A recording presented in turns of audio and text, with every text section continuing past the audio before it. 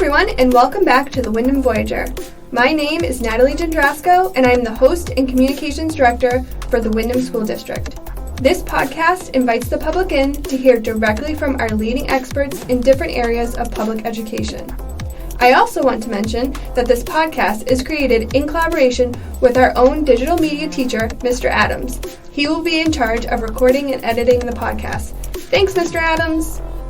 Today, we're going to be talking about our high school sports, getting a recap of the fall season, and learn a little bit about the winter season that has recently kicked off. With me for this discussion is the high school athletic director, Jon Hall. Thanks for joining me. How many girls and boys sports do we have available for the fall season? So in the fall season, we have 3 boys programs, 3 girls programs, and 2 co-ed programs. The boys have soccer, football, cross country. Then we have girls cross country, field hockey, girls soccer, and then we have spirit and golf, which are the co-ed. Co-ed. Yep, co-ed. Great. I will say I do think we have a lot of offerings, not just for fall, but just in general. Yeah. Would you say that we are competitive in the sense of how many sports we offer each season, or is it kind of minimal? Yeah, we have 32 varsity sports. Oh, wow. I think that falls in line with the philosophy of just trying to provide opportunities for kids. Yeah. There's plenty of different ways to get involved in the athletic program. Doesn't have to be at a varsity level. We have freshman teams in several sports. And the idea being just keeping kids involved. And it may not be as a Division I college prospect, right. But it's a way to stay involved, be active, and again, obviously learn the lessons that interscholastic athletics can teach with you. Right. So each sport that we offer, is it also offered at like a JV freshman, or does it depend on the sport? It depends on the numbers of students. Got it, okay. We generally have staffing to be able to run both varsity and JV, and in some sports like boys basketball, we have big numbers, so we also right. have a freshman team for them. Girls basketball doesn't have quite enough to run a freshman team, so with girls basketball, we kept a bigger number of girls on varsity and JV. Really need about 36 girls to run 3 teams, or 36 people to run 3 teams, and we had 29, so we were just short. So rather than cutting just a couple of kids, we kept more kids and try to give kids, again, the best experience that they can have. So do you work closely with the athletic director from the middle school to kind of know what's coming up, or? Yeah, it's unique because this is my first full year in the position. Right. Kevin's in his first year in the position. So we're trying to build that relationship of what's going on down there, what's going on up here, sharing facilities. Next week, we're going to have the middle school wrestling team come in and do their match at 4 o'clock, and we're going to do our match at 6 o'clock. Oh, that's awesome. And sort of double up and have both those little kids see the experience of the high school Yeah, experience absolutely. too. That's great. Yeah. So did we get any championship wins? So in the fall, we had 3 teams place as a runner-up or a state champion. The Spirit team repeated as a state champion for the fall. I saw that. That's great. And then we had boys cross country and golf were also runner-up in Division II. I will say that in Spirit world, we are huge in Wyndham. That is like a huge sport. I think it starts with the Wolverines, correct? Yeah, we have a great feeder program in a number of our sports, but definitely with the Spirit team as well. I think they have a big number of kids coming up, and that's a program that we might look at, again, with numbers coming. We might look at trying to expand the program and the offerings rather than just varsity have a JV team as well. Awesome. I know in general, and particularly this year, staffing was a huge hurdle that I think across education, across the state, we sort of struggled with. Did you guys see it from a coaching perspective at all? Yeah, definitely. Yeah. I think there's a couple of things that factor into it. There are less younger teachers getting into coaching, I think. Yeah. Some of that is just the pressures that are involved. There's a lot of pressure from parents. It's a high-performing district in a lot of ways, but in athletics, it kind of turns the volume up on things. Yeah. And there's less people that are willing to get involved with that. It's right. also a tough job. If you don't work in the school, it's a tough job to take on. The hours, right? The hours are hard. We have teams that have to leave for trips in the fall at 1:30, 2 o'clock. And if you're not working in a school setting, that's tough to get out of work that early to be able to meet a bus and go. So it is difficult. I think that there's a lot of work that we do to try to create good environments for people to coach in. It's difficult when you have parents, community groups, athletes. There's a lot of constituencies. Right. And it's not the people that are doing this aren't doing it to get rich. You're not Correct. making a ton of money. It's a stipend that's nice, but it's not a ton of money. They're doing it because they love the sport. Right. They like being involved with students. So it's hard to attract those, and I think it's a national problem. I just got back from the National Athletic Directors Conference in Nashville, and one of the topics that we went to a workshop on was about retaining coaches and recruiting coaches, and it's harder and harder. You see stories all across the country of people who just leave coaching because of all the negativity that's around it sometimes. Yeah. So we try to work with that and try to make sure we're providing, again, the bottom line is it should be the best experience for kids. Right. And there shouldn't be anybody that ruins that, whether that's an adult or a coach or an official. We want to provide the best experience we can. So. And for our athletes, so that part of becoming a Wyndham athlete, it's a parent-student handbook that they essentially have to sign off on, which is a part of, and I know that's been a national problem, just, how stressful the position can be, how involved our community and communities in general around athletics can be, because they want the best for their kids, and I totally get that, but I mean, that's part of what we do as far as the sign-off process. When you become an athlete, you sort of sign on to not just Wyndham High School's Code of Conduct, but also our athletic program Code of Conduct. And parents are involved in that sign-off, correct? They are, and we have a parent communication guideline and expectations for behavior for fans and parents as well. Having great passion and buy-in to programs is sort of a double-edged sword. Yep. It's great to have people involved and want to be there and be excited and passionate about it. But sometimes you have to make sure the boundaries are clear. Absolutely. For how they need to behave and what they need to do. I often tell parents in my parent meetings that there's different roles in an athletic event. You can be a player, you can be a coach, you can be a spectator. Yeah. You have to pick one. Yep. You don't get to be all three. Yep. Or an official. I guess that's the other one. And sometimes those lines get blurred, and people try to coach and officiate from the stands, and that's difficult. But I think overall, we really have a very good environment here. We had some great events that took place this fall. The winter has some great events. We had a hockey game last night that was very well attended. Great. I think the environment is great. The passion is great. It's just sometimes we have to make sure that the boundaries are good so that kids are having a good experience. Absolutely.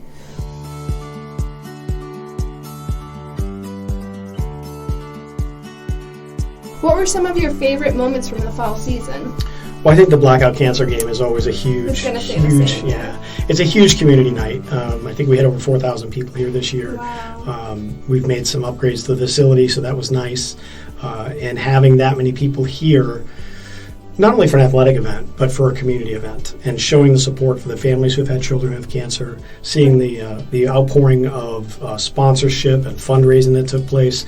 I haven't gotten the final fundraising numbers yet. I was just going to ask you that, I haven't seen them yet, but I'm sure that they were probably close to $50,000. That's amazing. And all of that goes directly to pediatric cancer research. So That's amazing. seeing that happen in this community and really seeing thousands of people all wearing the same T-shirt for the same cause is really a very special thing. Yeah, absolutely. Yeah. Talk a little bit about the facilities upgrades that we just finished this summer. Is that correct? Yeah, we did a few things. We were able to access some money that had been raised by a stadium committee before to put in some seats on the football field. We used that field for football, field hockey, girls lacrosse. So we have about 400 seats now on that field. We also got some donations and did some fundraising to put a press box up on the top of the hill, so now there's a place for the sound system and the scoreboard. All of the scoreboards outside and inside now have been replaced. That's so we all have brand new scoreboards in all of them. With Jeff Hanulik, the facilities director, we've just completed a new lighting project in the gym. And if you haven't been in the gym yet, it's a huge difference in the lighting of what it was before and what it is now. Great. So that experience has been much better for the winter athletes. Nice. I think we're trying to just build little pieces, do the things that we can attain, build the little things that we can. There's a lot of big picture things that we probably could use. As a Division I school, we still don't have a track. Right. We need real seating on a stadium field. Right. We drew not only for the Blackout Cancer Game, but we hosted a Division I football playoff game this year, which was a huge highlight. But again, we only have 400 seats. So that's a tough, if you really want to have a high-quality environment for everyone in the community and the kids to enjoy, you have to keep building that facility up. Absolutely. How did the cross-country field do, or course do? Cross-country course is great. It's probably one of the best in the state for high school, onsite at a high school. I've walked it before. It's actually beautiful. Yeah, it really is. The grounds are really nice. The school board made a commitment a couple of years ago to donate, or not donate, but allocate money specifically for the upkeep of that. Correct. And we're working hard on making sure that money is spent and gets done. And not only is it the cross-country trail, but it's also used by the mountain bikers. It's a huge community resource for people to be out there and use. But it's nice to have that good a facility for our kids to train on, and I think it definitely has an impact on their performance at the state level. Yeah. The boys in their first year in Division 1 were the runner-up, and then qualified for the New Englands. It's the first time they've ever done that. So that's awesome. That was a highlight, for sure too. And I wanted to mention another highlight. I forgot about it a second ago, but we actually had the school's first All-American.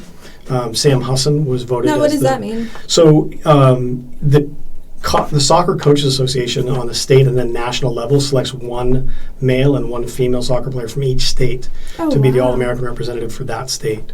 So Sam is the New Hampshire representative to the All-American team, and it's the first time in school history that's ever happened. That's amazing. Is he a senior? Sam's a senior, yeah. Really happy for him. He works hard. It's been a great experience. He and his family are going to go down to Philadelphia next month for the induction ceremony, essentially, to being an All-American. That's amazing. Yeah. Huge accomplishment. Congratulations to him.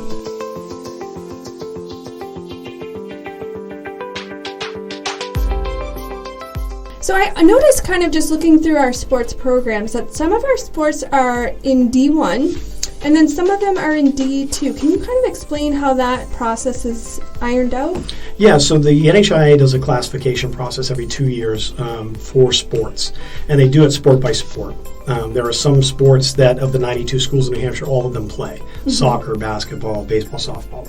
There are others that not all 92 schools play. So in those big sports, there's 4 divisions, 1, 2, 3, and 4. Right. In something like hockey or even field hockey or lacrosse, there's less schools, so they only have 3 divisions. Got it, okay. So essentially the classification committee uses school population. Okay. Every year you turn in your school enrollment to the state on October 1st. That number then gets used as your school enrollment number. The classification committee then places teams into divisions based on that number. Now you can petition up to other places. For instance, our wrestling program would be in Division 2 based on the classification number. Ice hockey would be in Division 2 based on the classification number. But based on their success and their competitiveness, we've petitioned them up to Division 1. It would be my goal, I think, in the next cycle to probably move most of our teams to Division 1. Oh, great. Okay. It makes it a lot easier logistically. Yeah. It's the Division 1 schools are all closer. Once you get into Division 2 for things like tennis, you're traveling to Kingswood, you're traveling to Hanover, you're going a further distance. Whereas most of the Division 1 schools are all within an hour. So budgetarily, that helps with transportation, time out of class, those type of things. Is that like a challenging petition to do, or? Not really. If you ask to go, they usually let you go. Okay. Sometimes it works against you. For instance, this year we were moved to Division 1 based on our enrollment in cross country and in indoor and outdoor track. We've been in Division 2 for a long time. We will be the only Division 1 school besides Bishop Girton without a track. So that's challenging. Yeah. But we had to go. They made the enrollment number. You can't petition down, essentially. You have to go where they place you. So that's where we are in indoor track and outdoor track and cross country. Where do you host meets? We don't. We don't at all? No. For outdoor track, we have to travel for every meet. We're a visitor at every meet. Oh, wow. Yeah. I wasn't sure if you use like facilities, like I know SNU has one and surrounding areas, but... No, we're very lucky. We have a good relationship with Londonderry High School. They let us train 2 days a week at their facility. Yeah. But for the most part, we have to travel to all of our meets. How would you say the start of the winter season? So we just kicked off winter season not too long ago. We did, yeah. Game just started this week. Awesome. How do you think that we've kicked off the season? Is everyone excited? It's good. Everybody's excited. There's about 370 athletes in the winter. Wow. We have a lot of offerings in the winter. Tough part about winter is everything's at night, and a lot of them are off-site. Yeah. Ice hockey's off-site, gymnastics is off-site, swimming is off-site. So you end up, it's a little bit harder to get students to go. To go and get in. But again, at the hockey game last night, we had a really good turnout. The basketball teams both had their first games. The boys won, the girls lost a close game. So we're getting there. It really takes a little bit to get going because you start and then you get Christmas break and then it kicks off again. But once you get into January, things really get rolling, and there's pretty much something every night. There's something going on. Right. So. And what's the season for winter? So most of the winter teams will end right around February break. Okay. The tournaments will be finishing up or starting right around that week of vacation. Are there any upcoming events that you want the public to know about? I know we have a big hockey event. We do. coming There's up? historically there's a game with Salem. So every year when Wyndham and Salem play ice hockey, I honestly I'm not sure when it even started, but they call it the Canopy Cup. They've got their own trophy, and both teams and sets of parents and organizations in both communities come together, and they do a fundraiser for Building Dreams for Marines. They're pulling in some other organizations this year, which is helping it grow. Great. And it's on February 18th at the Salem Ice Center. I believe they start having it at 7:20. They've invited the governor and some other folks, so it should be good. That game always brings a big crowd anyway. Absolutely. But if we can take that energy and take that revenue that comes in and move it towards a good cause, Yeah. and give that cause some exposure, then that's good too. Absolutely. Now, is that part of your season, or is that game sort of a special outside of the regular season? No, it's a regularly scheduled game. Okay. And it's nice because we share the same rink, so no matter what, every year we're going to play each other, Yeah. and somebody's going to be at home, somebody's going to be the away. Right. So we're able to do that game every single year. That's cool. Yeah. I know a lot of people are attending that already. I've heard through the community that people are very excited. Yeah, about they'd like it. to grow it. It won't be as big, obviously, as Blackout Cancer, but they'd like to grow it into something similar to that. Well, I was just going to say that, right? Like the fall, you have Blackout Cancer. This Mhm. would be a great opportunity for fundraising in the winter months as well. So Yeah, it's a great opportunity. And again, the Building Dreams for Marines is a great cause. We used to do Warrior Week here at school. Yep. We don't do that anymore, but we still have that cause that's out there that a lot of people are very invested in. So absolutely. we'll do that. We have some other, it's nice that we'll have an indoor track season this year. It hasn't happened in a couple of years with COVID. Right. We weren't able to have a season last year or the year before that. So, we have seniors who haven't had a chance to have an indoor track season since they were freshmen. That's And some kids have never had it. So Mhm. it's going to be great to have those up and running again. The wrestling events are always great to have. We have a wrestling mat light in the gym, so it's kind of like a thing out of Hollywood where we shut all the other lights off. There's only a light on the Oh, mat, that's awesome. which is a great environment. And then, of course, the home basketball games are always fun, too. That's awesome. Well, best of luck to you and the athletes in the winter season, and thank you so much for your time today. Thank you for having me. We hope you enjoyed today's topic. We want your feedback. If you have any questions or are interested in different topics we discuss here on the Wyndham Voyager podcast, please email me at podcast@wyndhamsd.org. Thanks again for taking this voyage with me. For the Wyndham Voyager, my name is Natalie Jondrasko, and we will see you next time.